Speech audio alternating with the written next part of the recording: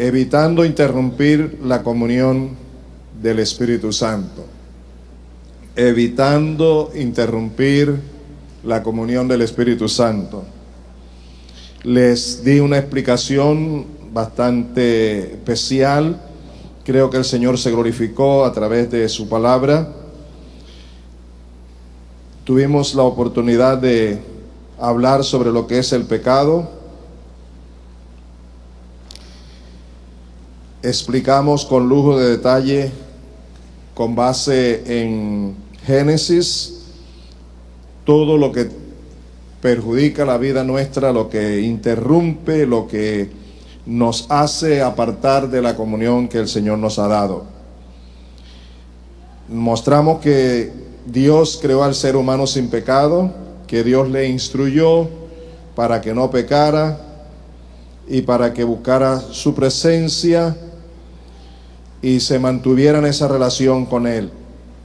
Así que hoy, también aprendimos de cómo el hombre desobedeció, haciendo lo que Dios le había dicho que no hiciera. Hoy vamos a continuar, y el tema para hoy, dentro de este gran tema, evitando interrumpir la comunión del Espíritu Santo, vamos a hablar hoy de las amargas consecuencias del pecado. Las amargas consecuencias del pecado. Me gustaría iniciar recordando las palabras de el teólogo holandés Theo Donner en su libro La soberanía de Dios y la responsabilidad del hombre. Él dice acerca del pecado, con esto quiero comenzar, lo siguiente: el pecado en sí es esto: actuar en oposición a la voluntad de Dios. Actuar en oposición a la voluntad de Dios. Pero implica además un cuestionamiento de Dios, número 1. 2, una rebeldía contra Dios. Y 3, un deseo de ser Dios. Esas tres cosas están implicadas en el pecado. Voy a repetir: el pecado en sí es actuar en oposición a la voluntad de Dios, pero implica además un cuestionamiento de Dios, una rebeldía contra Dios y un deseo de ser Dios. En los primeros versículos del capítulo 3 del Génesis, estudiamos esos versículos que muestran que el señor Theo Donner tiene toda la razón en esa síntesis, porque prácticamente es una síntesis de esos versículos. Hoy quiero invitarlos a mirar en Génesis 3, a partir del versículo 7, las consecuencias del pecado. Pero quiero decir dos cosas. Primero, mirándolo desde el punto de vista histórico del acontecimiento, de cómo se dio. Y segundo, aplicándolos al diario vivir nuestro. Así que vamos a tener mucho cuidado en lo que vamos a estar enseñando y lo que vamos a aprender. Génesis 3, 7 al 19 y luego los versículos 22 al 24. Vamos a observar versículo por versículo. Entonces fueron abiertos, versículo 7, entonces fueron abiertos los ojos de ambos y conocieron que estaban desnudos, y cosieron hojas de higuera y se hicieron delantares. ¿Qué nos muestra este texto? Dice que los ojos de ellos fueron abiertos. ¿Qué quiere decir eso? Ellos tenían sus ojos abiertos. Luego dice que conocieron que estaban desnudos. Ellos estaban desnudos. ¿Qué significa entonces esto? Significa que ahora conocieron lo que es el pecado y comenzaron a tener vergüenza de lo que antes no era vergüenza para ellos. Comenzaron a darse cuenta que algo mal andaba en sus vidas. En el versículo 22, la primera parte del versículo 22 dice: entonces el Señor Dios dijo: he aquí el hombre ha venido a ser como uno de nosotros, conociendo el bien y el mal.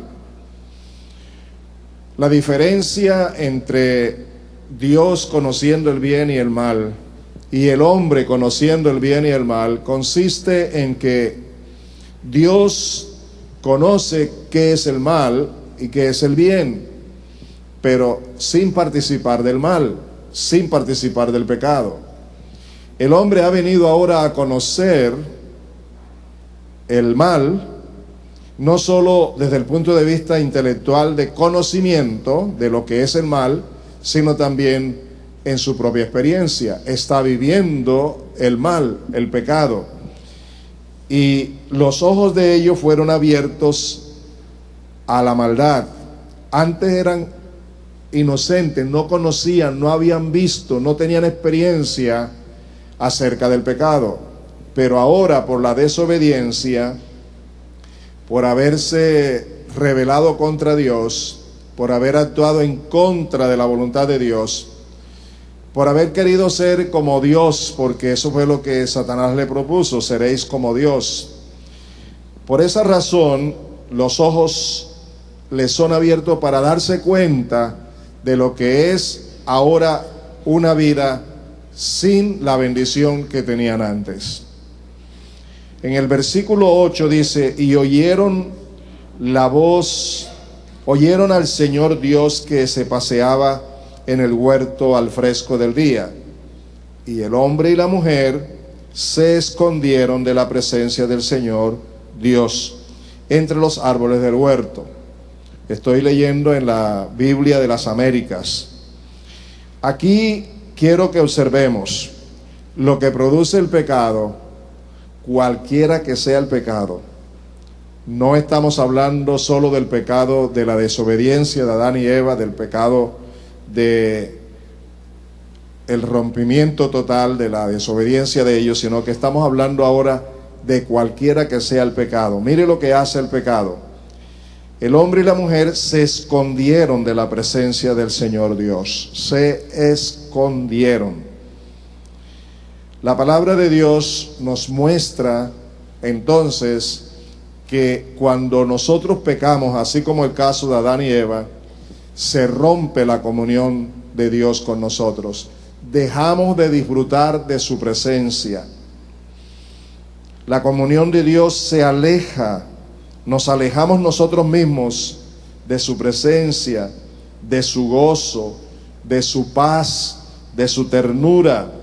Nos sentimos solos, abandonados. Nos sentimos acusados. Nos sentimos que no tenemos vergüenza para orar, ni para verle la cara a Dios, ni para buscar el rostro de Dios. Y si estamos en la iglesia y nos hablan del pecado, lo primero que vamos a tener en cuenta es la situación en que estamos. Esa es la situación, esa es la triste realidad de las consecuencias del pecado. En primer lugar y por encima de todo, porque el pecado siempre es contra Dios, lo primero que ocurre es que nos aleja de Dios. No olvide eso. Cada vez que yo peco, de cualquier manera, cada vez que yo peco, la primera consecuencia, porque el pecado siempre es en primer lugar contra Dios, la primera consecuencia es que me aleja de Dios, de su presencia, de su gozo, de su alegría, de su paz, de su intervención en mi vida. Me aleja y me siento morir, me siento mal, siento que cuando voy a orar, mi oración no tiene el sustento de la fe, de la confianza, de la seguridad para orar. Eso es lo que le pasaba a David en el Salmo 32. Ustedes pueden leerlo. La mano del Señor, dice David, pesaba sobre mí hasta que decidí confesar mi pecado. Y entonces cuando Dios lo perdonó, también le habló y le dijo que le haría entender y le instruiría en el camino en que debía andar a partir de ese momento, pero que no fuera como el caballo y el mulo sin entendimiento. Y eso es lo que nos pasa a nosotros. nos descuidamos de tal manera que llega un momento que aún no entendemos las cosas espirituales. Nos cegamos espiritualmente porque la relación con Dios se ha roto a causa del pecado, cualquiera que sea el pecado. La Biblia dice que el que sabe hacer lo bueno y no lo hace, se le cuenta como pecado. ¿Estamos de acuerdo? Los versículos 9 y 10, observen aquí otras consecuencias. Versículos 9 y 10. El hombre respondió, 9 y 10. Y el Señor Dios llamó al hombre y le dijo, ¿dónde estás? Y respondió, te oí en el huerto y tuve miedo porque estaba desnudo y me escondí. Observe que eso es lo que siempre queremos hacer. El pecado produce miedo. Miedo de Dios. No queremos orar más, no queremos confrontarnos con Él, porque lo que tenemos es miedo. Miedo a un escándalo, miedo al juicio, miedo a que Dios nos rechace, miedo en todos los sentidos. Y es lo que ocurre cuando el pecado se produce en nosotros. Y me gustaría que, por favor, lo tengan muy en cuenta. Antes, esta pareja disfrutaba de Dios, de su comunión, disfrutaba de su paz. Me imagino yo que así como ahora, al oír que Dios se movía allí en el huerto y que se acercaba a ellos y ellos se escondieron, antes, cuando no tenían pecado, en vez de esconderse, la alegría tenía que ser grande cuando sentían la presencia de Dios. Pero ahora lo que hacen es tener miedo y esconderse de la presencia de Dios. Todo ese cuadro que se encuentra allí en el pasaje que estamos leyendo, que estamos analizando, no es simplemente historia. Está escrito y Dios lo permitió para que hoy también tengamos en cuenta que eso es exactamente lo que nos ocurre cuando estamos en pecado. Esconderse de Dios, abandonar a Dios. Versículo 11, y Dios le dijo, ¿quién te ha hecho saber que estabas desnudo? ¿Has comido del árbol que te mandé que no comieras? Versículo 12, el hombre respondió, la mujer que tú me diste por compañera me dio del árbol y yo comí. Veamos aquí lo que ocurre ahora como consecuencia del pecado. El pecado lo convirtió en un hombre irresponsable. Había sido creado a la imagen y semejanza de Dios. Dios le confió ponerle nombre a todos los animales. Tenía una buena relación con Dios.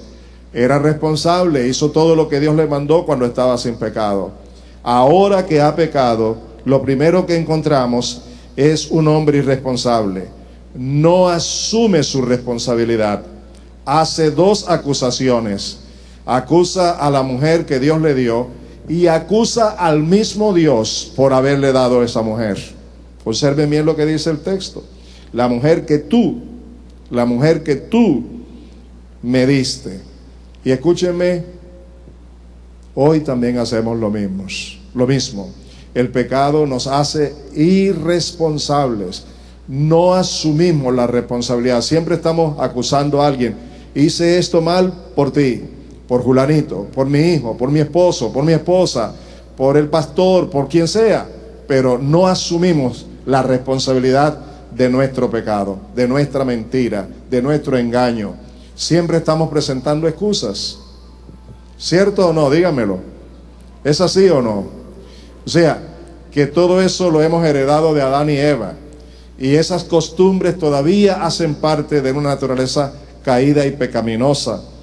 Y por favor, tengamos en cuenta que Dios tiene en su corazón, en su mente, el deseo de tener una comunión permanente con nosotros las 24 horas del día. Versículo 13. Entonces el Señor dijo a la mujer: ¿qué es esto que has hecho? Y la mujer respondió: la serpiente me engañó y yo comí. Tampoco asumió su responsabilidad. Acusó a la serpiente. Ella pudo vencer la serpiente. ¿Cómo? Si se hubiera mantenido firme en la palabra que Dios le había dado. La única manera. Y yo quiero decirles algo, hermanos. Quiero que escuchen con mucha atención esto que les voy a decir. Oigan, por favor. Con frecuencia, cuando viene una tentación o viene cualquier cosa, la primera acción es levantar la voz, gritar contra Satanás, reprenderlo en el nombre del Señor, en el nombre de Jesucristo, la sangre de Jesucristo. Y eso no es pecado, está bien, pero la victoria no está en reprender, la victoria está en obedecer la palabra de Dios. ¿Aló? La victoria está allí. Cuando la serpiente le dijo la mentira que le dijo, ella pudo decir: lo que Dios ha dicho es lo que voy a hacer. Como Dios me ha instruido, es como voy a actuar. Lo que conozco de Dios es lo que voy a hacer. Pero ella no le prestó la debida atención todo aquello que Dios le había dicho, sino que le prestó toda la atención a lo que Satanás ahora le dice. Y cuando Dios la llama a cuenta, ella no responde por sí misma de su responsabilidad de obedecer, de haber obedecido, sino que acusa a la serpiente. Igual el hombre. ¿Para qué está escrita esta palabra en la palabra de Dios? ¿Por qué está registrado todo esto? ¿Qué enseñanza me da a mí? ¿Qué enseñanza te da a ti? Otra vez le digo, vencer el pecado no es cuestión de reprender al diablo. Vencer el pecado es cuestión de obedecer la palabra de Dios, de orar para que el Espíritu Santo nos fortalezca. Jesús le enseñó a sus apóstoles: velad, estar atentos, despiertos, con discernimiento espiritual, para que cuando venga la ocasión del pecado, oren. Y si oran y buscan la fortaleza, entonces tendrán la fortaleza para no pecar. ¿Hay algo que aprender de eso? Versículo 14. Más consecuencias. El Señor dijo a la serpiente: por cuanto has hecho esto, maldita serás más que todos los animales y más que todas las bestias del campo. Sobre tu vientre andarás y polvo comerás todos los días de tu vida. Consecuencia para el reino animal, consecuencias para la tierra, como sigue diciendo más adelante. Antes vamos a leer el versículo 15. Y pondré enemistad entre tú y la mujer, y entre tu simiente y su simiente. Él te herirá en la cabeza y tú lo herirás en el calcañar. Se cree que este versículo es el primer mensaje de la gracia de Dios. Es el primer mensaje cristocéntrico, es el primer mensaje de salvación, es el primer mensaje a través del cual Dios decide anunciar la solución que le va a dar al problema del pecado. Él hace alusión al Señor Jesús, a su Hijo, que vendría, que vencería el pecado, que vencería a Satanás, que le daría al hombre la verdadera solución del pecado en el que ahora se encontraba. Haría del hombre que pudiera volver a Dios, que pudiera reconciliarse con Dios. Y aquí establece entonces el problema. Dice: pondré enemistad entre tú y la mujer. La serpiente representa a Satanás, así que entre Satanás y la descendencia de la mujer. Y luego dice: entre tu simiente y su simiente. Y aquí en esta versión dice: él. ¿Quién es él? Es el Mesías, el que está siendo anunciado. Él te herirá en la cabeza y tú le herirás en el calcañar. La frase de herirle en el calcañar quiere decir que no lo va a destruir, pero la frase de herirlo en la cabeza quiere decir que lo va a destruir, lo va a vencer, y es la victoria final del Señor Jesucristo, que vendría para darle la solución al problema en el que el hombre se había metido, el problema de alejarse de Dios por causa del pecado. La bondad de Dios es grande, ¿no les parece? Aquí vienen ahora otras consecuencias, las consecuencias para la mujer. Miren lo que pasa con la mujer, versículo 16. A la mujer dijo: en gran manera multiplicaré tu dolor en el parto, con dolor darás a luz a los hijos, y con todo, oigan bien, tu deseo será para tu marido, y él tendrá dominio sobre ti. Observen esto que les voy a decir. Cuando Dios creó al hombre solo, no lo había bendecido. Dios bendijo no al hombre solo, sino a la pareja. Después que le creó la mujer, fue cuando los bendijo a los dos. Les dio la responsabilidad a los dos por igual. Estaban en igualdad de condiciones. Pero ahora que viene el pecado degrada tanto al hombre como a la mujer, pero a la mujer peor, porque ahora le dice que parirá a sus hijos con dolor, y no solo eso, sino que el deseo de ella será siempre para su marido, y que éste la dominará. Y eso de dominarlo, que conocemos como machismo aquí en la costa, es lo que ha venido desde Adán hasta los últimos días. Y todo lo que está ocurriendo con las mujeres en el día de hoy es consecuencia del pecado. ¿No les parece triste, señoras, señoritas? Dígame, ¿no les parece doloroso eso? Que por causa del pecado, en los hombres y en las mujeres que no tienen a Cristo, eso es lo que ocurre. Pero les doy una buena noticia. Si ustedes van a Gálatas capítulo 3, versículos 28 y 29, por favor. Es una buena noticia para las mujeres y también para los hombres.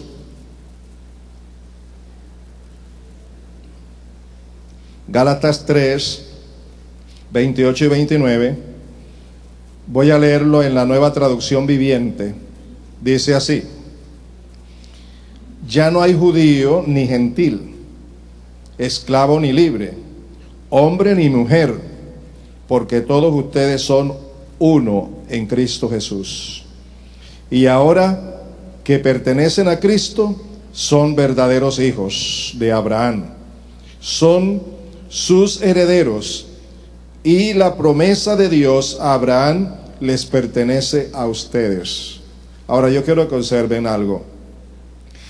En ese Mesías que fue anunciado en 3:15, ahora, en este momento, todo hombre y toda mujer que ha sido redimido, que ha nacido de nuevo, que la sangre de Jesucristo le ha limpiado de sus pecados y de las consecuencias del pecado de la desobediencia de Adán y Eva, todo hombre y toda mujer han sido llamados a la comunión con Cristo, a la comunión del Espíritu Santo, a la comunión del Padre, y han sido reconciliados por la resurrección de Jesús, por la justicia de Jesús, por la sangre de Jesucristo.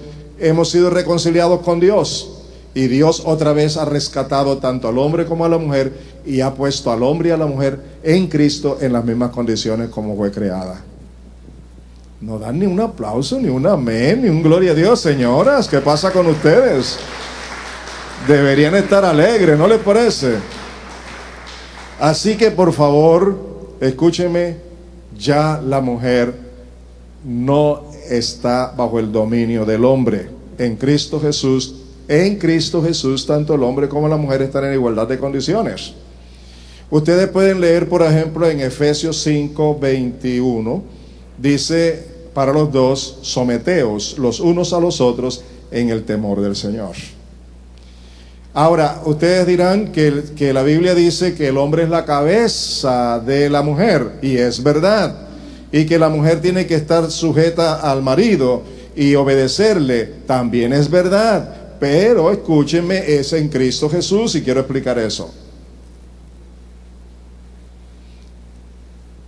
Cuando la Biblia me dice a mí que yo soy cabeza de mi mujer, me dice también lo siguiente en 1 Corintios 11:3, que Dios el Padre es la cabeza, o sea, la autoridad de su Hijo Jesucristo. Que el Señor Jesucristo es mi cabeza o mi autoridad, y que yo soy la autoridad de mi esposa y de mis hijos. Pero esto tiene condiciones. ¿Y sabe cuáles son? Para que el Señor Jesucristo pueda ser mi autoridad, Él tenía que estar sujeto en todo al Padre. Para que yo pueda ser la autoridad sobre mi esposa y sobre mis hijos, yo tengo que estar sujeto sobre mi autoridad, que es Jesucristo. Si yo no estoy sujeto como hijo de Dios a la autoridad de Jesucristo, yo no puedo funcionar bien como autoridad sobre mi esposa. Porque voy a utilizar esa autoridad con abusos de toda índole, pero no con la justicia con que Dios quiere que actúe. Así que, señores, por favor, presten atención en esto. Igualmente, señoras, con todo amor reclamen esto, pero también sométanse a la autoridad cuando ese hombre verdaderamente demuestra que está bajo la autoridad del Señor Jesucristo. Ahora, allí mismo en Efesios 5, el versículo 25 dice claramente: maridos, amad a vuestras mujeres, así como Cristo amó a la iglesia y se entregó por ella, ¿verdad? Para redimirla. Ahora escúchenme esto. La comparación con que allí se escribe es que el marido debe amar a la mujer así como Cristo amó a la iglesia, por la cual Él se entregó. La palabra de Dios nos da las orientaciones para el diario vivir. La palabra de Dios nos da las directrices de cómo vivir como hombre, como mujer, como hijos de Dios, como esposos, como padres, como hijos, en todo sentido, como hermanos también, y como amigos. ¿Saben ustedes que en la Biblia no hay un solo versículo donde se le ordene a la mujer amar al marido? Pero encontramos palabra de Dios diciéndole al hombre que ame a su mujer, y se le compara, se le muestra como Jesucristo ama a la iglesia. ¿Por qué no se le ordena a la mujer amar al marido? Dios creó a la mujer con un corazón grande para amar, para ser madre, por eso ama. Pero la mujer que ama también espera amor, también espera respeto. Y cuando la mujer no recibe de su marido el amor, el respeto, la dignidad que ella tiene, entonces la mujer se resiente, entonces la mujer se hiere, la mujer se duele y la mujer reacciona de alguna manera en contra de la autoridad del marido. Por eso no se somete en todo. Pero eso hace parte del pecado, no de la vida nueva en Cristo. Amados míos, por favor, que no sea un sermón más, que entendamos estas verdades, porque el que sabe hacer lo bueno y no lo hace, se le cuenta como pecado. Y Dios nos está diciendo claramente: te haré entender y te instruiré, te enseñaré por el camino en que tú debes andar. No seas como el caballo, no seas como el mulo sin entendimiento. Tenemos que entender estas cosas, porque la verdadera vida espiritual de una pareja no está aquí en el templo, está en el hogar. Amén, ¿cierto? La verdadera iglesia no es aquí, la verdadera iglesia es en el hogar suyo. Allí es donde vemos si Cristo reina en la vida de ese hombre y en la vida de esa mujer y de esos hijos. Él es la cabeza, Él es la autoridad, Él es el pastor, y para poder ejercer la autoridad tiene que estar siempre sujeto a la autoridad de Jesucristo.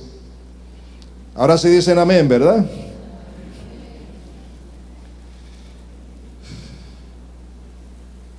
Al pan, pan, y al vino, vino, ¿verdad? Pero lo que me duele muchas veces es que uno viene aquí para enseñar la palabra, para discipular a la iglesia, y a muchos por un oído le entra y por el otro se le sale. Y de eso vamos a tenerle que rendir cuenta al Señor.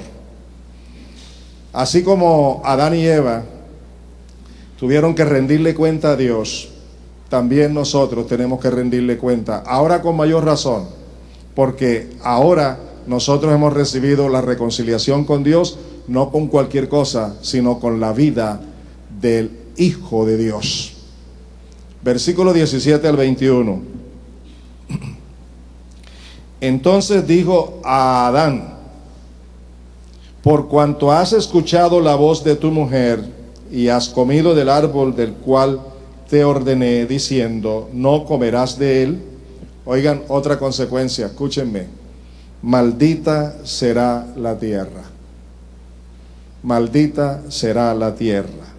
Y por tu causa, con trabajo comerás de ella todos los días de tu vida. Por ahí dicen que el trabajo es consecuencia del pecado. No. El trabajo no es consecuencia del pecado. Porque antes de que el hombre pecara, Dios lo mandó a trabajar, a cultivar la tierra, a cuidar de ella. Así que eso no es pecado. El problema ahora es que la tierra está maldita por causa del pecado. Y por estar maldita, la tierra ya no produce como producía antes. Y ahora el hombre tiene que trabajar más y fuerte. Mire lo que sigue diciendo, por favor, observen lo que sigue diciendo. Espinos y abrojos te producirá, y comerás de las plantas del campo, con el sudor de tu rostro comerás el pan hasta que vuelvas a la tierra, porque de ella fuiste tomado, pues polvo eres y al polvo volverás. Escúchenme. Con el sudor de tu rostro comerás el pan, el sustento, todo lo que quieres. Si quieres ser honesto, porque hay algunos que no son honestos, entonces roban, hacen de todo lo que realmente no conviene para tener dinero. Pero amados, miren ustedes todas las consecuencias del pecado. ¿Por qué la tierra no produce?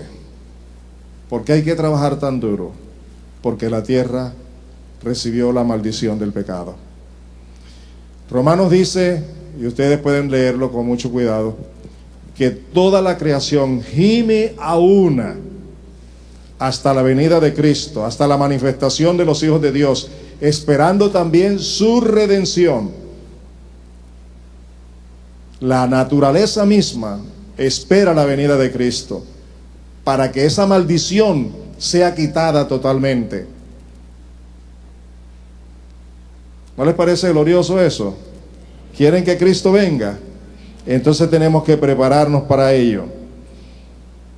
Cada día siéndole fiel al Señor. Cada día buscando de su rostro, de su presencia. Dice, pues polvo eres y al polvo volverás. Aquí habla de dos muertes. De la muerte biológica, que es consecuencia del pecado. Y voy a explicarles eso. No hay registro que demuestre que Dios creó al hombre para que muriera. Dios creó al hombre para que viviera. Y le da la noticia. Allí está el fruto del árbol del bien, de la ciencia del bien y del mal. De ese fruto no puedes comer. El día que comas, morirás. Es decir, si no hubiera comido, él no hubiera muerto. Así que Dios no creó al hombre para que muriera. Otra consecuencia del pecado es la muerte biológica. Pero también está implicada la muerte espiritual. O sea, la separación entre ser humano y Dios eternamente. ¿No les parece bien serio las amargas consecuencias del pecado? Díganmelo, ¿sí o no? Las amargas consecuencias del pecado. Los versículos 22 al 24 dice, entonces el Señor dijo, he aquí el hombre ha venido a ser como uno de nosotros, conociendo el bien y el mal. Ya le expliqué eso. Cuidado ahora que no vaya a extender su mano y tomar también del árbol de la vida. Coma y viva para siempre. ¿Se da cuenta?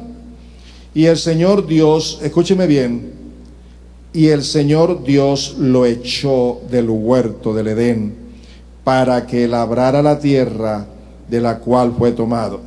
Expulsó pues al hombre, y al oriente del huerto del Edén puso querubines y una espada encendida que giraba en todas direcciones para guardar el camino del árbol de la vida. Amados, vayan a Romanos capítulo 3, versículo 23, dice: y por cuanto todos pecaron, están destituidos de la gloria de Dios.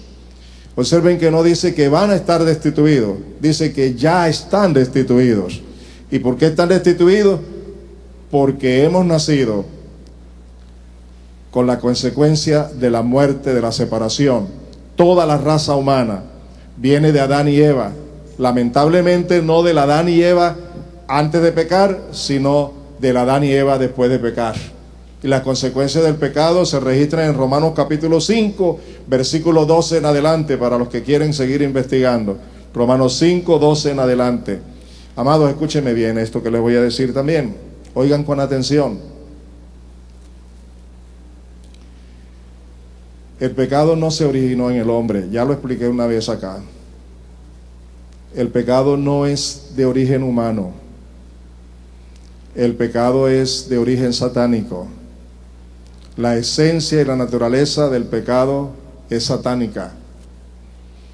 En consecuencia, el hombre no puede solucionar el problema del pecado. Está bajo maldición, bajo la muerte eterna, bajo la maldición de Dios, la perdición eterna. Es esclavo del pecado y es esclavo de Satanás. Así vive todo hombre y toda mujer que no tiene a Cristo. Y por eso la necesidad de que nosotros entendamos dos cosas: de dónde nos sacó Dios para ser hoy hombres y mujeres agradecidos, y que cuidemos nuestra vida, nuestra santidad y nuestra reconciliación con Dios, y no estemos viviendo en pecado. Y en segundo lugar, que tengamos compasión por aquellos hombres y aquellas mujeres, aun que son familia nuestra y amigos y compañeros de trabajo y de estudio, esas personas que no tienen a Cristo, no importa la religión que tengan, pero si no tienen a Cristo, están bajo la maldición del pecado y necesitan que la sangre de Jesucristo les limpie personalmente, que sean rescatados, que nazcan de nuevo, y ellos no lo van a entender a menos que tú dependas en la oración del Espíritu Santo y le hables en la guía y dirección del Espíritu Santo para que ellos puedan entender la situación en que viven. Pero esa es tu responsabilidad y es mi responsabilidad, es nuestra responsabilidad de hablar hoy a los que están sin Cristo, porque esa es la condición en que están. No es hablarle del pastor, no es hablarle de tu iglesia, no es hablarle de las bendiciones, es hablarles de la condición de pecado en que están, de la maldición en que se encuentran, y hablarles de un Salvador que es Jesucristo, que viene para perdonar sus pecados y reconciliarlos con Dios. Pero tú no le darás valor a eso hasta cuando tú entiendas la veracidad y la seriedad de este asunto. Déjeme explicarle la diferencia que hay entre el pecado original y los pecados que cometemos diariamente. La diferencia es que el pecado original, el pecado provocado por Satanás en Adán y Eva, es el pecado de la desobediencia, es el pecado de la muerte eterna, es el pecado de la separación eterna de Dios. Cristo murió por ese pecado, Cristo murió por esa desobediencia, Cristo entregó su vida para rescatarnos, pero no solamente por ese pecado, sino también por todo lo que ha generado el pecado original en la vida de nosotros. Esta naturaleza pecaminosa, esta naturaleza que hemos heredado de Adán y Eva, todos los días está viciada con el pecado, y por eso seguimos pecando. Pero escúchenme, el próximo domingo, Dios mediante, les voy a hablar de cómo el pecado destruye nuestra relación unos con otros, cómo el pecado hace daño en nuestra relación. Les he venido enseñando cómo el pecado hace daño en nuestra relación con Dios, pero también el pecado hace daño en nuestra relación con los hermanos. De eso estaremos hablando el próximo domingo. Yo quiero enfatizarles hoy que no es cualquier cosa lo que ustedes han recibido junto conmigo del Señor. La solución del pecado no es humana. La solución del pecado no es humana. Juan lloraba cuando tuvo la visión en el cielo, en donde se preguntaba quién era digno de abrir el libro y sus sellos. Y no se halló ni en el cielo, ni en la tierra, ni debajo de la tierra alguien digno de abrir el libro y los sellos, el rollo y los sellos. ¿Eso qué quiere decir? Que no hay ser humano, permítame decirlo en mis propias palabras, con mi imaginación, como si Dios estuviera buscando en toda la raza humana un hombre que pudiera arreglar los problemas del pecado, y no lo haya. Y como no lo haya, no lo encuentra, entonces Dios tiene que hacerse hombre en la persona de su Hijo para venir a identificarse con el hombre y para vencer de una y para siempre el pecado y todas sus consecuencias con su propia vida. Nos compró. Mire todo este proceso. Dios nos creó para Él. Y en Adán Dios nos pierde por causa del pecado, porque nos hemos apartado de Dios en Adán. Pero luego Dios envía a su Hijo Jesucristo, y todos los que estamos en Cristo hemos vuelto a ser reconciliados con Dios, perdonados, y hemos sido nacidos de nuevo, porque somos una nueva creación que Dios ha hecho en Cristo Jesús para la gloria de Dios y la vida nuestra para Él. Sí, puede aplaudirle.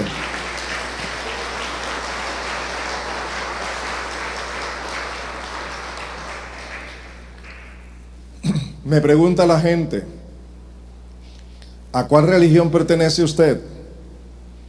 Y yo, con toda delicadeza y con todo respeto, le digo, yo no tengo religión. Lamentablemente pertenezco a una entidad religiosa porque es la forma como la identifica el gobierno, que somos una religión. Pero yo no pertenezco a ninguna religión. Yo no tengo religión.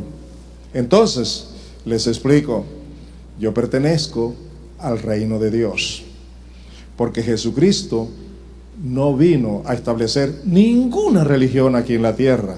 Al contrario, combatió las prácticas de las religiones que habían, y aún sigue combatiendo su palabra, las religiones que hay. ¿Sabe por qué?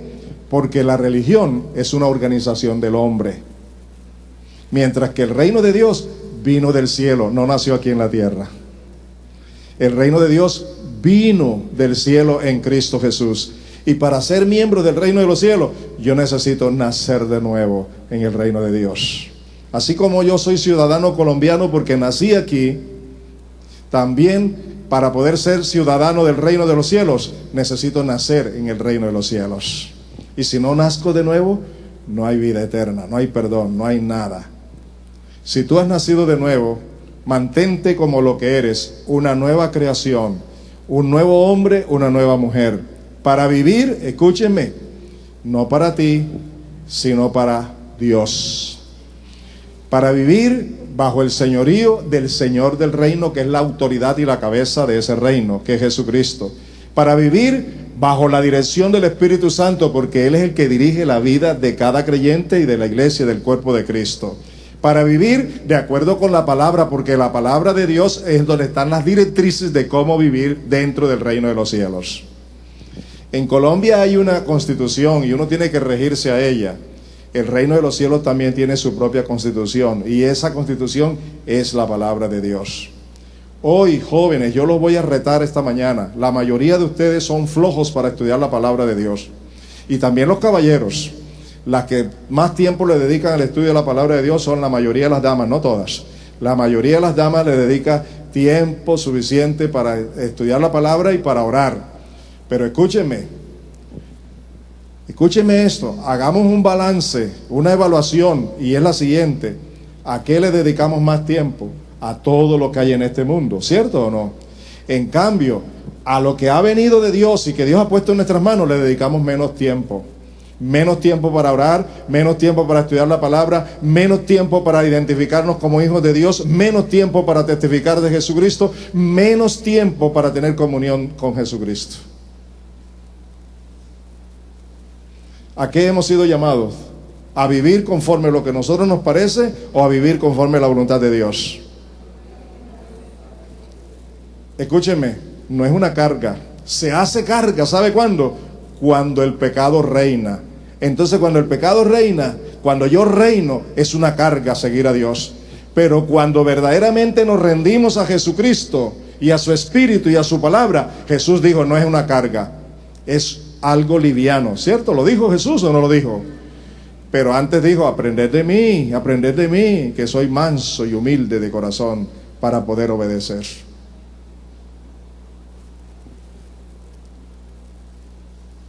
Posiblemente haya alguien aquí que está diciendo, esa palabra está buena, pero eso no es para mí, eso es para Julanito. Ay, que Julanito no vino hoy. ¿Cómo le hubiera caído de bien esa palabra?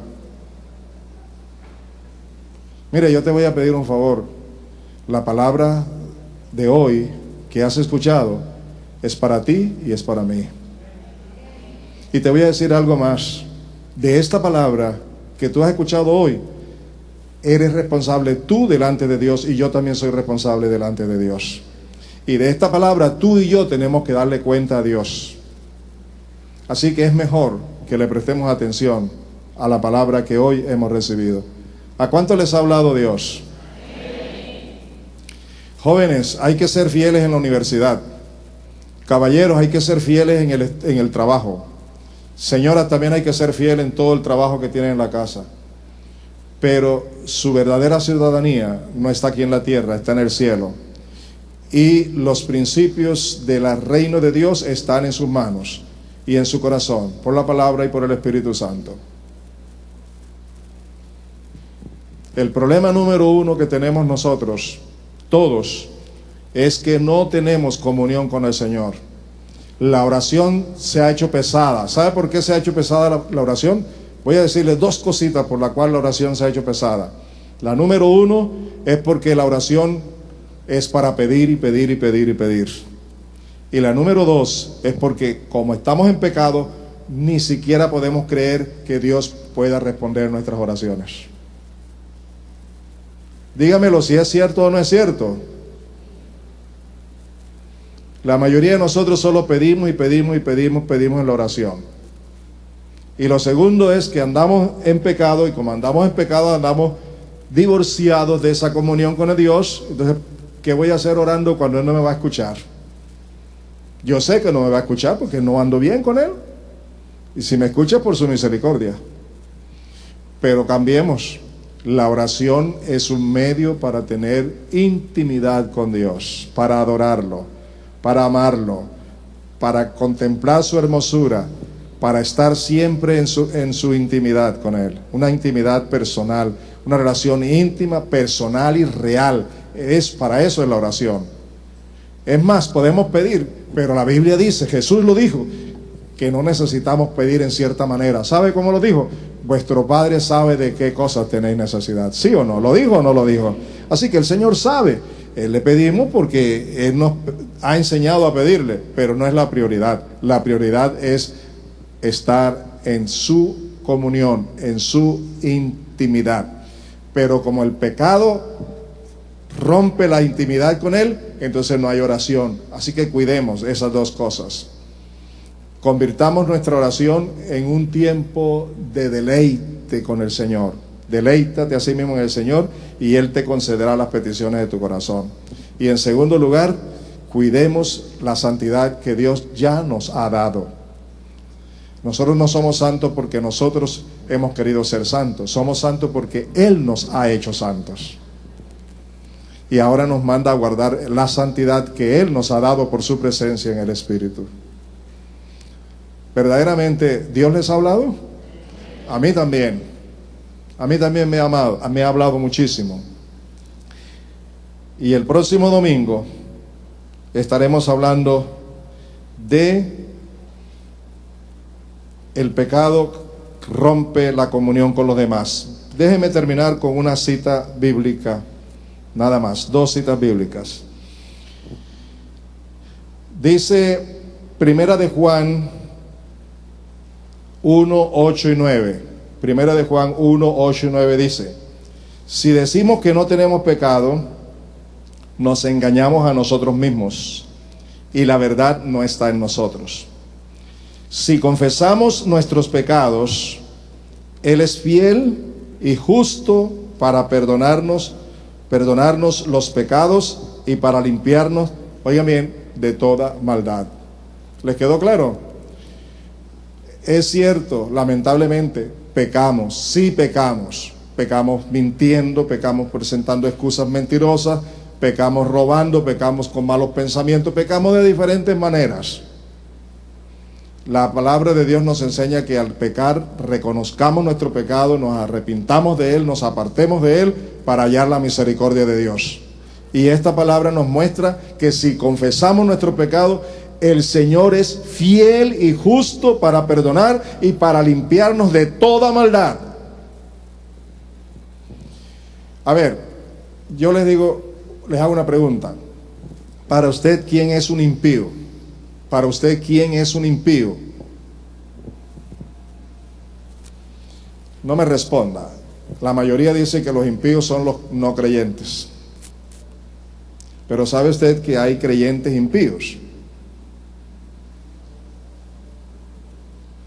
El impío es el que no vive bajo la piedad de Dios. Si no estamos viviendo en la piedad de Dios, en el amor de Dios, en la misericordia de Dios, en la gracia de Dios, estamos obrando con impiedad, con injusticia. Y quiero que busquen una cita más que se encuentra en Isaías 55, los versículos 6 al 8, y con esto termino. Isaías 55. Isaías 55, mire lo que dice el versículo 6 en adelante. Buscad al Señor mientras puede ser hallado. Llamadle en tanto que está cercano, que está cerca. Abandone el impío su camino y el hombre inicuo sus pensamientos, y vuélvase al Señor, que tendrá de él compasión, al Dios nuestro, que será amplio en perdonar. ¿Por qué? Porque mis pensamientos no son vuestros pensamientos, ni vuestros caminos mis caminos, declara el Señor. Porque como los cielos son más altos que la tierra, así mis caminos son más altos que vuestros caminos, y mis pensamientos más que vuestros pensamientos.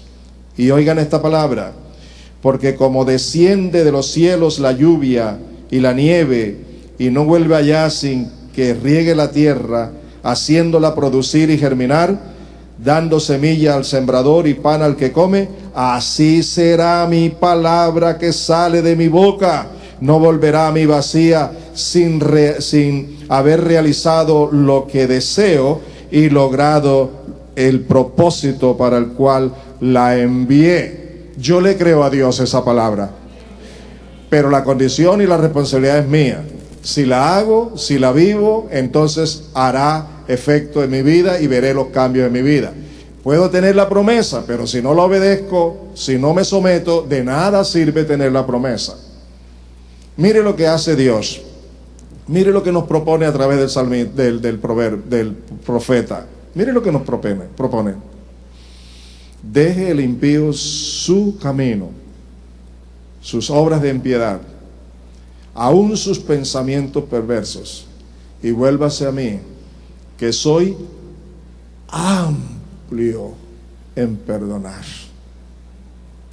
¿Y qué más dice?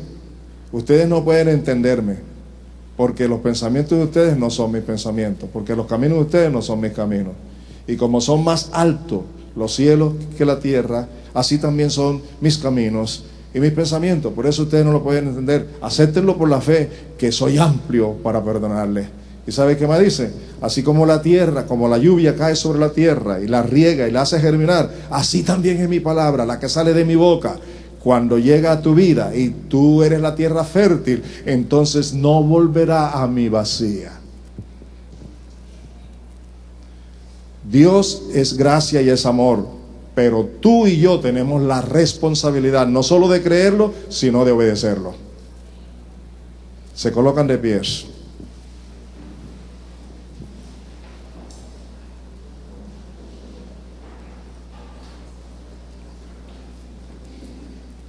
Espero que no se pierda el próximo domingo la continuidad de este estudio. Dios te ha hablado. Sí, Dios te ha hablado. Si Dios habla, Dios espera respuesta, ¿no le parece? ¿Qué respuesta tiene para Dios hoy? Inclina tu rostro allí donde estás y comienza a responderle a Dios allí. Es una respuesta personal, individual. Respóndele a Dios, respóndele a Dios, respóndele a Dios. Dile qué vas a hacer para que la carga de Él sea ligera y se pueda llevar. Tenemos que comenzar a aprender de Él, que es manso y humilde, para poder obedecer. Por favor, ora.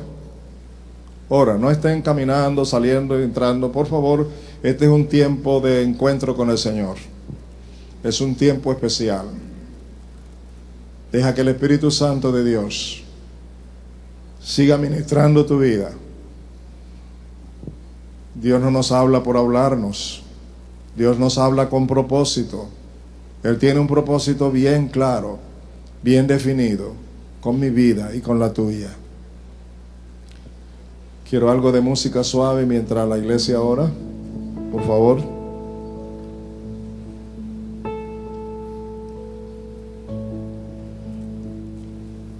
Yo te aconsejo que ores ahora y que hables con Dios, pero que propongas tener un buen tiempo a solas con Él, para estudiar la palabra en su presencia, para responderle en su presencia a solas con Él. Él está presente aquí, no lo dudo, pero también Él quiere que tú estés a solas con Él en tu casa, o donde tú tengas un lugar ya establecido para estar a solas con Él. Puede ser tu cuarto, o puede ser el lugar que tú ya has elegido. Dios te espera allí. Dios me espera a mí también. Por favor, llega a un acuerdo con Él. Acuerda una agenda con Él. Comprométete con Él. Él te esperará. Será puntual para el encuentro contigo. Llegará antes que tú. Padre Santo, gracias por bendecirnos en el día de hoy, por hablar a nuestro corazón, por mostrarnos el camino a seguir. Gracias por este tiempo en el que hemos escuchado tu palabra. Y aquí estamos, Señor, declarando tu gracia, que tú eres bueno. Estamos en tu presencia, confesando tu palabra, confesando tu verdad. Y Señor, tú has venido al rescate, porque todo el que hace pecado, esclavo es del pecado. Y Señor, el esclavo no queda para siempre en casa. El hijo que ha sido limpiado y que ha sido redimido, ese sí queda para siempre. Permítenos, Señor, entender estas verdades y no seguir viviendo una vida como nosotros queremos, sino una vida ajustada a ti. Bendecimos tu nombre y te adoramos. Aleluya, alabanza. Siga orando, por favor. Siga orando.